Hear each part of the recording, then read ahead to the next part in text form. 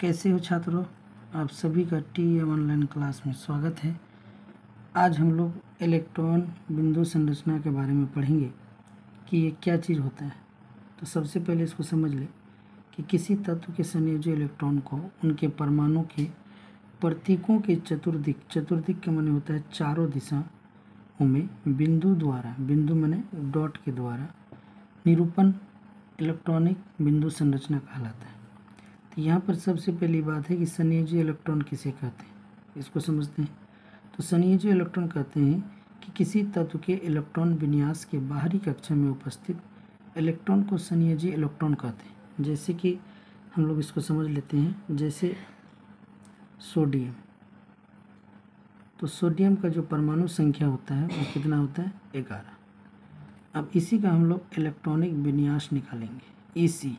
इसी का मतलब इलेक्ट्रॉनिक कॉन्फ़िगरेशन, इलेक्ट्रॉनिक विन्यास। तो कक्षा में इलेक्ट्रॉनिक विन्यास निकालेंगे KLMN और सजाएंगे।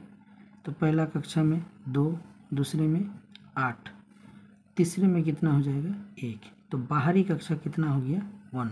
तो जो बाहरी कक्षा में जो इलेक्ट्रॉन होगा वही क्या कहलाएगा, संयोजी इलेक्ट्रॉन। क्या कहलाएगा, संयोजी इलेक्ट्रॉन।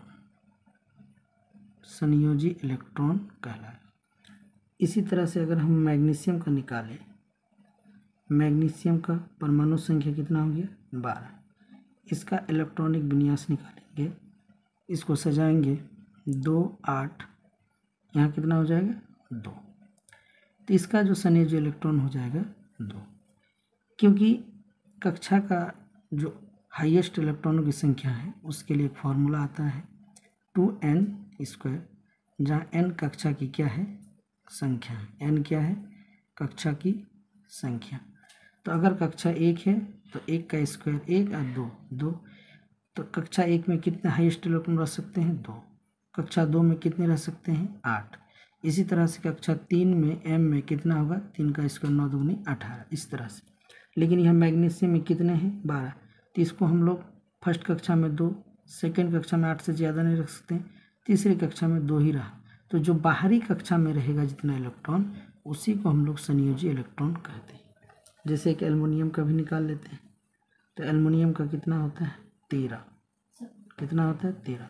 इसका इलेक्ट्रॉनिक विन्यास निकालेंगे तो हो जाएगा 2, 8, 3। तो बाहरी कक्षा में कितना आ गया 3। तो इसी को हम लोग क्या कहेंगे, संयोजी इलेक्ट्रॉन। उम्मीद है अब संयोजी इलेक्ट्रॉन निकालना सीख गए। अब हम लोग इलेक्ट्रॉन बिंदु संरचना सीखते हैं।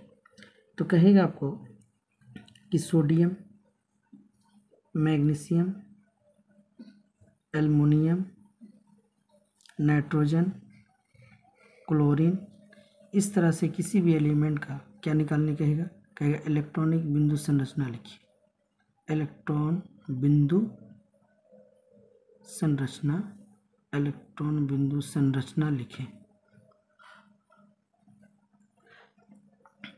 तो कैसे लिखेंगे, तो कहता है कि संयोजी इलेक्ट्रॉन को उनके परमाणु प्रतीकों के चतुर्दिक बिंदु द्वारा। तो सबसे पहले सोडियम का जो संकेत है वो क्या है, Na।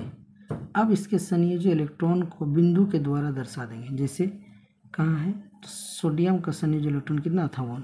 तो अब सोडियम के चारों तरफ में से कहीं पर इस तरह से दर्शा देंगे। तो यही हो गया आपका इलेक्ट्रॉन बिंदु संरचना।